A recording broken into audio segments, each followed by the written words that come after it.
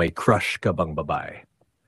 O gusto mo bang malaman kung ang isa sa mga katropa mong babae ay may pagtingin sa'yo?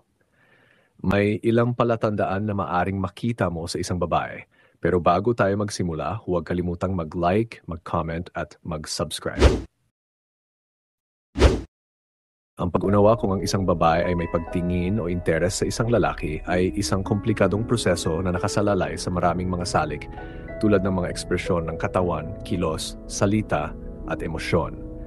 Narito ang isang komprehensibong gabay na naglalayong talakayin kung paano malalaman ng isang lalaki kung ang isang babae ay may damdamin sa kanya at ito'y tatalakayin ng detalyado sa iba't ibang aspeto. Pastor 1. Ekspresyon ng mukha.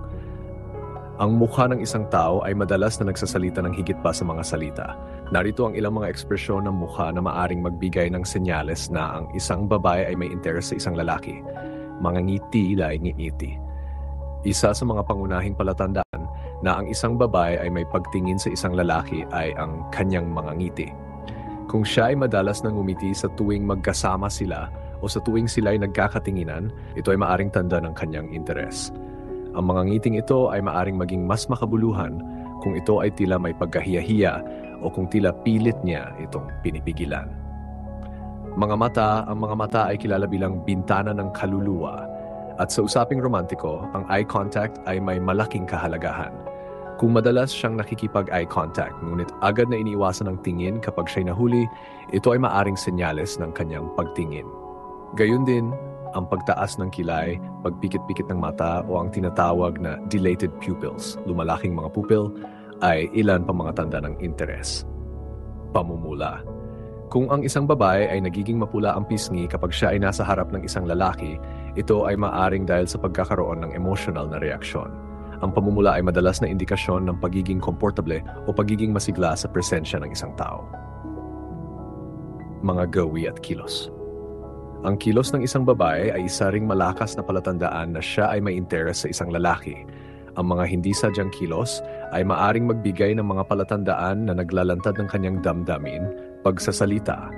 Kung ang babae ay madalas na nagsisimulang makipag-usap sa lalaki o gumagawa ng paraan upang mapalapit sa kanya, ito ay maaring tanda ng interes. Maari niyang simulan ang mga kaswal na pag-uusap, magtanong tungkol sa buhay ng lalaki o magbahagi ng mga bagay tungkol sa kanyang sarili. Pisikal na kalapitan. Ang babae na may pagtingin sa isang lalaki ay maaring humanap ng mga pagkakataon na makalapit sa kanya ng pisikal. Maaring hindi ito maging lantaran ngunit sa maliliit na bagay tulad ng pag-upo sa tabi ng lalaki sa isang pagtitipon o ang hindi sinasadyang paghihipo sa braso o balikat ng lalaki. Ang mga ganitong aksyon ay nagpapakita ng pagnanais na maging malapit. Pag-aalaga sa sarili, ang babae na may interes sa isang lalaki ay maaring mas mag-focus sa kanyang sarili tuwing sila ay magkasama. Maari siyang maging mas maingat sa kanyang itsura, bihis at kilos. Maaring mapansin ng lalaki na ang babae ay nag-aayos ng buhok, nagpapabango o nagiging mas maingat sa kanyang damit kapag magkikita sila. Chapter 3. Pag-uugali at ugali. Ang ugali at pag-uugali ng babae makakapagbigay din ng malinaw na indikasyon ng kanyang nararamdaman. Narito ang ilang mga bagay na dapat isaalang-alang. Pagiging interesado. Kapag ang isang babae ay nagiging interesado sa mga bagay na mahalaga sa isang lalaki, ito ay maaring tanda ng kanyang damdamin. Maaring magtanong siya tungkol sa mga hilig at interes ng lalaki o magsisimulang maging interesado sa mga ito.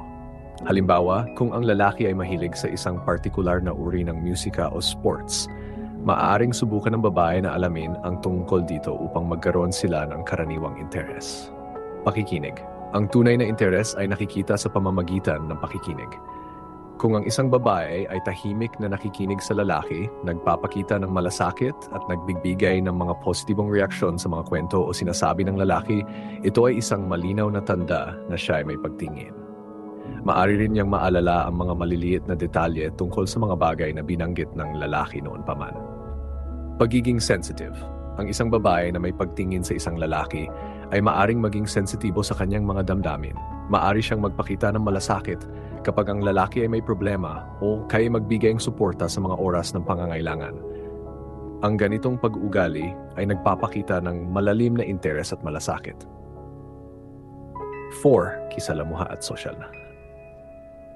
Ang paraan ng pakikisalamuha ng babae sa lalaki at sa ibang tao ay maaring magbigay din ng mga pahiwatig tungkol sa kanyang nararamdaman. Pagbibigay pansin. Kung ang babae ay nagbibigay ng espesyal na atensyon sa lalaki kumpara sa ibang tao sa kanilang grupo, ito ay isang malakas na senyales ng interes. Maaring ipakita niya ito sa pamamagitan ng paglalaan ng oras na makasama ang lalaki, pagbibigay ng mga papuri o pagtuon ng kanyang atensyon sa mga bagay na ginagawa o sinasabi ng lalaki. Pagsiselos. Bagamat ito ay hindi laging positibong katangian, ang pagsiselos ay maaring maging tanda ng babae ay may interes sa lalaki. Kung napansin niya na ang lalaki ay nagbibigay ng atensyon sa ibang babae, maaring magpakita siya ng bahagyang pagkabagabag o pagsiselos. Pananatiling konektado. Ang babae na may interes sa isang lalaki ay madalas na maghanap ng mga paraan upang manatiling konektado. Maaari siya mag-text o mag-chat ng madalas, magkomento sa mga posts sa social media, o magpakita ng interes sa mga aktibidad ng lalaki. Ang mga ito ay nagpapakita na gusto niyang maging bahagi ng buhay ng lalaki. Mga subtle na pahiwatig. Minsan, ang mga babae ay nag-iwan ng mga maliliit at subtil na pahiwatig na nagbubunyag ng kanilang damdamin. Ang mga ito ay maaring hindi agad napapansin ngunit nagiging malinaw sa mga taong mapagmasid. Paggamit ng pangungusap, maaring gamitin ng babae ang mga hindi direktang pahiwatig sa kanyang mga salita. Halimbawa, maaari niyang banggitin ang mga bagay tulad ng kung may boyfriend ako, gusto ko sana na, o napakasaya siguro ng may kasamang katulad mo.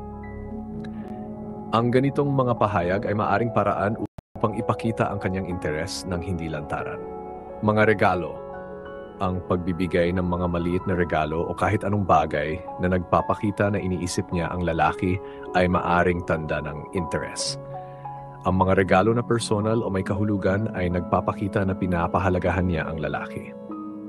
Pag-alala sa maliliit na detalye. Kung ang babae ay naalala ang mga maliliit na bagay tungkol sa lalaki, tulad ng kanyang paboritong pagkain, mga petsa ng mahalagang okasyon, o kahit ang mga bagay na binanggit niya sa kaswal na usapan, ito ay nagpapakita ng kanyang malasakit at interes. 6. Mga palatandaan ng pagsalungat. Hindi lahat ng babae na nagpapakita ng mga senyales na ito ay siguradong may romantikong damdamin.